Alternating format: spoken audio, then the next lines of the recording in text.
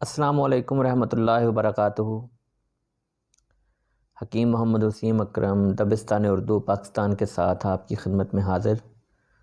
ہمارا سلسلہ چل رہا تھا حکایات رومی کا، تو اس سلسلے کی آج ہم نے جو حکایت پڑھنی ہے اس کا عنوان ہے قادر حقیقی وہی یعنی اللہ تعالیٰ کی ذات بابرکات ہے۔ حق تعالیٰ کی عطا کے لیے قابلیت شرط نہیں، جب عطا ہوتی ہے تو قابلیت بھی خود بخود پیدا ہو جاتی ہے۔ عطا اللہ تعالیٰ کی صفت ہے جو قدیم ہے، قابلیت بندے کی صفت ہے جو حادث ہے۔ قدیم کے لیے حادث شرط نہیں بن سکتا۔ وہ دل جو پتھر سے بھی زیادہ سخت ہے، اس کی اصلاح کی تدبیر یہی ہے کہ اللہ تعالیٰ اس میں تبدیلی پیدا کر دے۔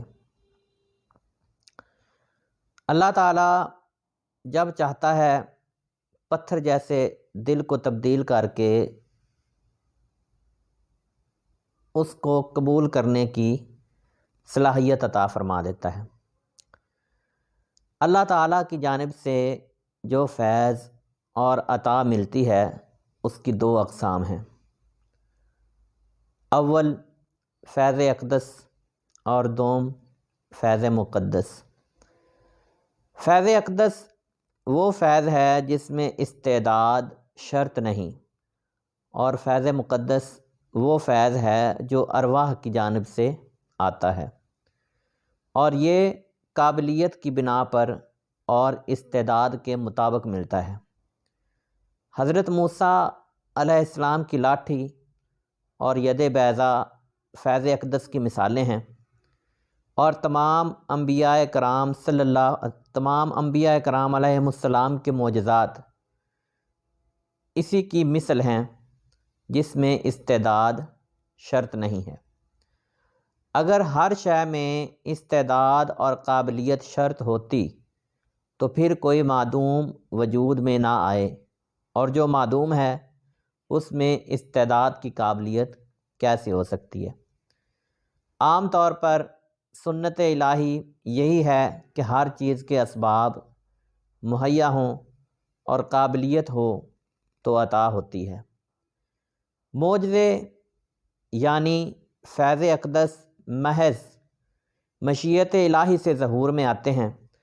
ویسے تو عزت اسباب سے حاصل ہوتی ہے، لیکن اللہ تعالیٰ کی قدرت میں ہے کہ وہ بلا سبب بھی عزت عطا فرما دے۔ عوام کو اسباب ضرور اختیار کرنے چاہیے، لیکن مسبب الاسباب سے غافل بھی نہیں ہونا چاہیے۔ اللہ تعالیٰ کی قدرت اسباب کی محتاج نہیں۔ عوام اپنے مقاصد کی تلاش کے لیے اسباب کی مدد لیتے ہیں۔ عوام نے اسباب کو قدرت کے لیے حجاب بنا لیا ہے، کیونکہ ہر شخص بلا واسطہ قدرت کے مشاہدے کا اہل نہیں ہو سکتا۔ انسان کو چاہیے کہ وہ نظر اپنائے جو اسباب کو چاک کر کے اصل قدرت کا مشاہدہ کروا سکے۔ جب وہ ایسا کرے گا تو اس کی نظر میں اسباب بے حقیقت ہو جائیں گے۔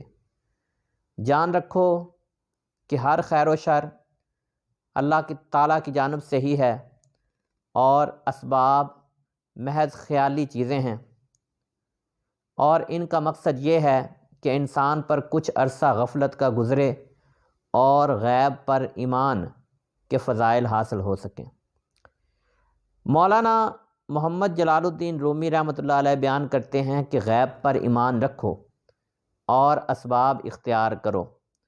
انسان کا ایمان ہونا چاہیے کہ ہر شے من جانب اللہ ہے، اور کوئی بھی امر اللہ تعالیٰ کی منشا کے بغیر وقوع پذیر نہیں ہوتا۔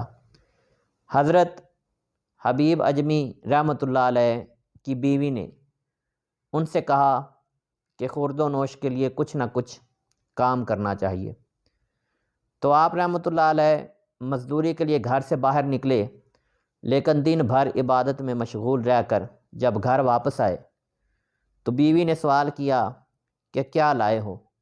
فرمایا جس کی مزدوری کی ہے وہ بہت کریم ہے، اور اس کے کرم کی وجہ سے مجھے اس سے اجرت طلب کرنے کی جرت نہ ہو سکی۔ اس نے خود ہی کہہ دیا ہے کہ 10 یوم کے بعد جب تم کو ضرورت ہوگی تو پوری اجرت دے دوں گا۔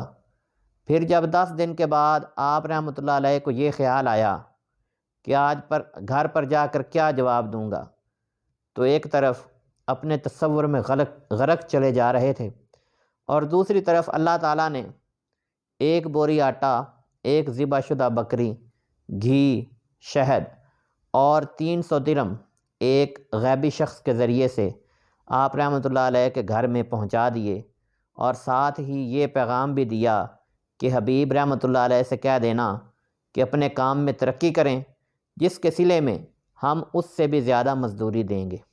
چنانچہ جب آپ رحمۃ اللہ علیہ گھر کے دروازے پر پہنچے تو گھر میں سے کھانے کی خوشبو آ رہی تھی۔ اندر جا کر بیوی سے صورتحال دریافت کی تو اس نے پورا واقعہ اور پیغام سنا دیا۔ یہ سن کر آپ رحمۃ اللہ علیہ کو خیال آیا کہ اگر زیادہ دل جمی سے عبادت کروں گا تو نہ جانے کیا کیا انعام و کرام حاصل ہوں گے۔ اسی دن سے آپ رحمۃ اللہ علیہ نے دنیا کو چھوڑ کر عبادت میں غرق ہو گئے، یہاں تک کہ مستجاب الدعوات کہلائے۔ حضرت حبیب اجمی رحمۃ اللہ علیہ کے اس واقعہ اور مولانا محمد جلال الدین رومی کی اس حکایت سے یہ سبق ملتا ہے کہ غیب پر ایمان رکھنا ہر مسلمان کا فرض ہے، اور اللہ تعالیٰ ہر شے پر قادر ہے۔ وہ جسے چاہتا ہے عزت عطا فرماتا ہے، اور جسے چاہتا ہے ذلت عطا فرماتا ہے۔ والسلام۔ چینل دبستان اردو پاکستان کو زیادہ سے زیادہ سبسکرائب کریں، لائک کریں، شیئر کریں، اور اپنا خیال رکھیں۔ اللہ حافظ۔